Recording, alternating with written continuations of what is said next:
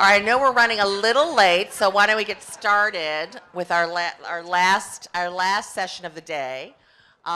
Just to remind you, my name is Tina Chen, the Executive Director of the White House Council on Women and Girls, and I'm delighted to be joined up here by Valerie Jarrett, our Chair of the Council on Women and Girls, Lynn Rosenthal, who is our first ever White House Advisor on Violence Against Women, and Cecilia Munoz, the Director of the President's Domestic Policy Council.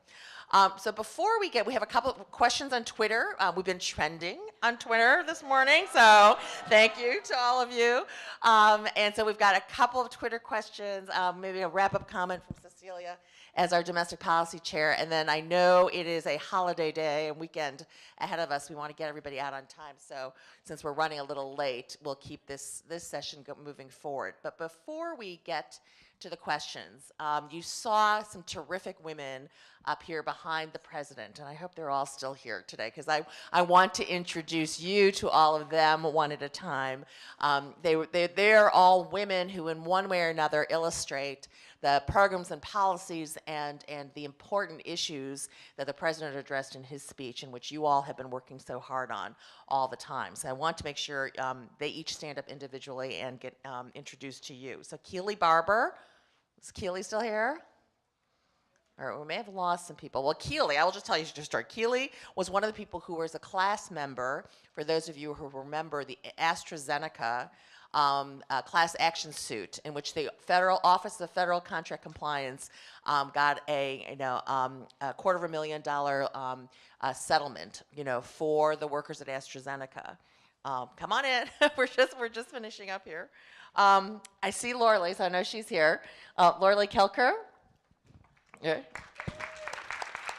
Lorley's from Colorado. You may recognize Lorley. She was here for the State of the Union address and sat in the First Lady's box. She is an analytical chemist for Western Sugar and was the plaintiff who really brought a case forward that resulted in $500,000 in back wages for the women workers there. As well as systemic reforms, stopping doing things like gender assignments for women and not letting women work full time, as well as not paying them an equal wage. So thank you, Laura, for being here. Tanisha Bolden, is Tanisha here? There's Tanisha. So Tanisha is a vice president and market manager at PNC's Workplace Banking Division. She's an incredible community leader and activist, really serving on the boards of Harbor Hospital, the Salvation Army, the Living Classrooms Foundation, the Maryland Commission on Women, the Greater Baltimore Committee on President Advisory Board, and more things. I mean, she really represents what women do, which is be out there in the community all the time. So thank you, Tanisha. We have Gina Harmon. Gina Harmon from New York. Gina is one of our entrepreneurs. She is president and CEO of Axion USA and has had 35 years of extensive private sector management. So thank you, Gina, for being here. Tracy Munoz. Is Tracy here? I know Tracy was here in the last. Tracy and her husband, Carlos, were here. They have a family of 7. And they have kept 2 of their children, who are 22 and 24 years old, on their insurance due to the Affordable Care Act. One of the things that the president talked about would get lost if the Affordable Care Act goes away, as some people are trying to do. Lisa Lewis from Philadelphia. There's Lisa. Lisa is a PhD on RN. She's the assistant professor of nursing from the University of Pennsylvania. And she is, one of our great women's health practitioners who are out there, providing health care for women and training the next generation of nurses as well. So thank you, Lisa. Natalia Oberte Noguera. There's Natalia. Natalia is another entrepreneur, another great woman entrepreneur. She launched the Pipeline Fellowship to activate more women angel investors and create more capital for women-led social ventures, for-profit social ventures. So thank you very much, Natalia. And finally, Victoria Rockwell. Is Victoria still here? There you are, Victoria. Victoria is here from Texas. She is the president of the American Society of Mechanical Engineers. So you know why she's here, representing our great STEM engineering and women who are succeeding in those fields. And as the president said, we need to get more of those women out there. So thank you. So thanks to all of you for being here and standing with the president. So now I'm going to start. We had a couple questions from Twitter. Do that, have a concluding remarks from Cecilia, and then really send you on your way to what I hope has been a great start to the weekend for you all. So first for Valerie, Laura Murphy will be happy this question came in because it came from NYCLU Radio via the ACLU on Twitter. So, will President Obama push for the Paycheck Fairness Act this year? Well, so let's talk a little bit about paycheck fairness. Just to refresh everybody's memory, it was a piece of legislation that the president supported that worked its way through Congress between the midterm election and the end of the lame duck section, so November of 2010. And it failed to pass the House of Representatives, or actually the Senate. We fell short. It passed the House. That was the old House. It fell short in the Senate by 2 votes. We were not able to get any Republican to sign on in favor. And the reason why I said it was the old House, it's because if we couldn't get it passed in the old House, you know how hard it will be to get it passed now. And in fact, in the booklet that you all have that we published today, there's a photograph. The first photograph in the book is a picture of the president with a group of women, no good men in that picture, just the women who were the advocates behind pushing for paycheck fairness.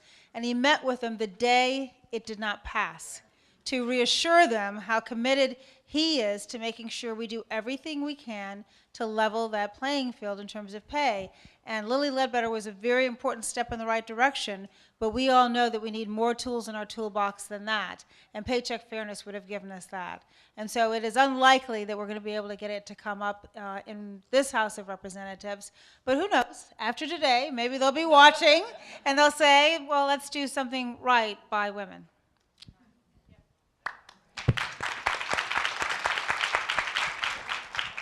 So our second question comes from @DCCADV. It's for Lynn. Many survivors face discrimination and lose their jobs because of domestic violence. What are ways we can ensure job security for domestic violence survivors? This is really a terrific question, and in fact, we just came from a session with the Attorney General where he talked about the cost to the economy of violence against women. These are startling figures.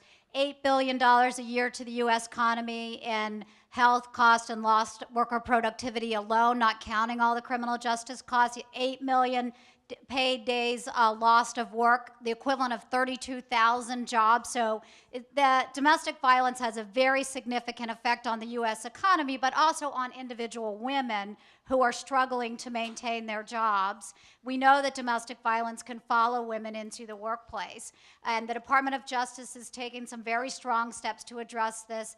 They fund the Workplace Violence Resource Center, which helps teach employers how to deal with this, how to look at best practices. There are steps that employers can take to help women stay employed. Some of those steps are very simple. Sometimes it's a matter of allowing a woman to park in a different place in the employee parking lot so that her car's not visible out front.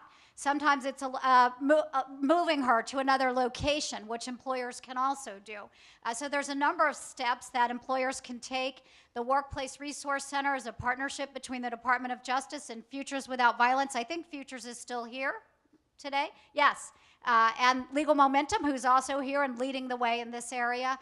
So we'll continue to partner with these organizations to make sure that employers are aware of these best practices to help women get and keep jobs. And so just to wrap us up from the day, because it's been a great morning, and as I said, I want to make sure everybody can get on their way to their rest of their plans for the weekend. I want to turn the mic over to Cecilia Munoz. For those of you who don't know Cecilia, she is a fierce advocate. Fierce advocate. You know, was at NCLR for many years. is someone who has, knows what it's like to be out there in the grassroots, and has, in addition to, and while we've been here in the White House, she's another person. We started that very first week together. We both worked for Valerie. Originally, when I was at the Office of Public Engagement, Cecilia was at our sister office, heading the Office of Intergovernmental Affairs. But she has also, since she's been here at the White House, been the president's point person on immigration reform, and really leading the way on that. And it was just such a great delight for me personally, but I will tell you for the country, when the president selected her to be his next director of the Domestic Policy Council. So all of the issues we've been talking about, Cecilia is really, and her team, are so key to the policies that we've been talking about that affect women. So I want to give her the concluding word on the morning. Thank you very much. Thanks, all of you. And how wonderful is it to work with this amazing group of women every day? I'm really blessed.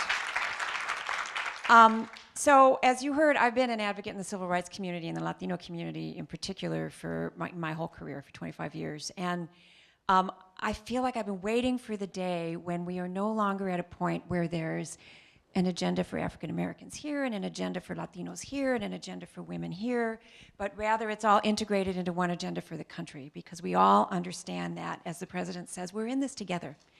And while we have to have one agenda for the country to be moving forward economically, to be making changes in the educational system, to be making sure people have access to health care, that we're growing economically with growing the manufacturing sector and investing in innovation, all the things you've heard the president talk about. But at the same time, and this is why I'm so excited about the Council on Women and Girls and the work that it's done, we have to be deliberate about making sure all of those changes reach every corner of the country and every population in this country. So instead of thinking about these things as separate buckets, they're integrated into the work of this administration. They're integrated into the work of the cabinet agencies whose leaders, the cabinet secretaries you saw here today. The point of the Council of Women and Girls, and really this is reflected in all of the work that we do across the administration, is to make sure that every part of the federal government is thinking about this every day, thinking about how we make sure we're creating opportunity for everyone, how to make sure that everybody who wants to start a small business has access to capital and the support that they need in order to be successful. This is what's feels new, and what's so exciting about what's happening in this administration is that we're being deliberate about all of it, all across the government. And we have people like Valerie Jarrett and Tina Chen at the Council on Women and Girls making sure that that happens every day, making sure that they're in contact with the cabinet agencies to make sure that women and girls, African Americans, Native Americans, Latinos, all the populations that we think about that don't always get reached unless you're being deliberate, that we are making this government and this country and these opportunities accessible all across the board. You've heard the president today describe it's essential, not just because it's the kind of country that we are, although it is. It's essential to our economic future. It's essential to our well-being. It's essential to our ability to lead in the world. And if I have learned anything in 25 years in this town, it's that we're going to be more successful in making those things happen if we're in direct communication with all of you, which is why it's so meaningful to us that you came, that you spent the day with us here, and that we're going to be in continual contact, because we know that ultimately that's how we're going to be successful. We can do a lot in the federal government, but we can't do it ourselves. And so we're just very grateful to all of you for being here, for not just for participating in this day, but for what you do every day, and for how much you teach us and help us to do the leading that we need to do to get where we need to get. So thank you.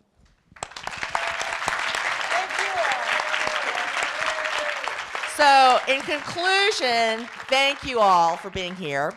The report that Valerie held out and you all have is on whitehouse.gov. So I hope that you will email it around, send the link around, get the word out. We intended it to be comprehensive, so it's long. It's got a lot of things in here. Please feel free to pull out from what's in the report the things that your members and your neighbors and your constituents will be especially interested in, whether it's education or violence against women or healthcare or entrepreneurship. There's something for everybody in this, because we have been doing things across the board for women all across this country, and we're very proud of it. So thank you again for coming. coming. Now the hard work begins on getting this word out and across the country. We hope you will work with us on doing that and continue the partnership that we have all had up until now. So thank you, and have a great weekend.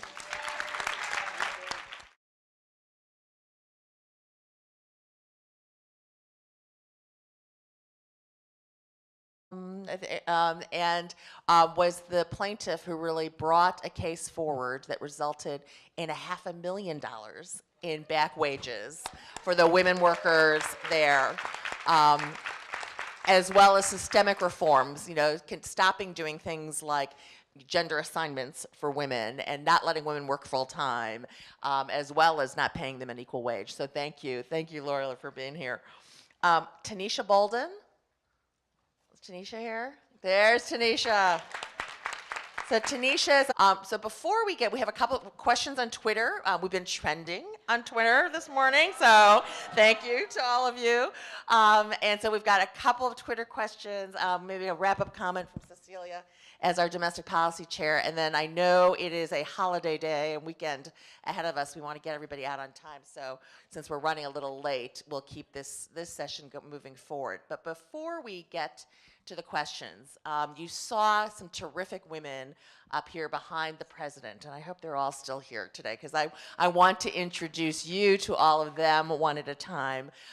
They're all women who in one way or another illustrate the programs and policies and the important issues that the president addressed in his speech, in which you all have been working so hard on all the time. So I want to make sure they each stand up individually and get introduced to you. So Keely Barber, is Keely still here?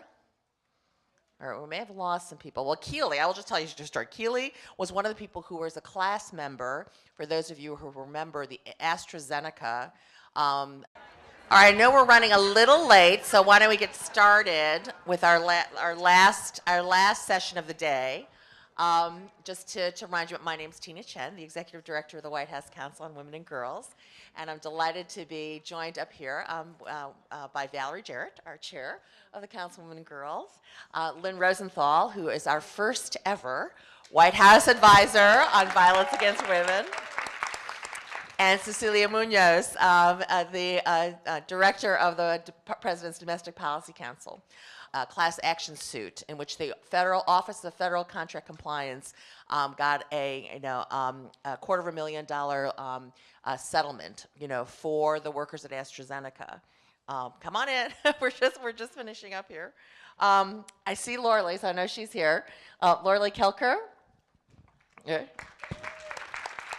Lorley's from Colorado. You may recognize Lorley. She was here for the State of the Union address and sat in the First Lady's box.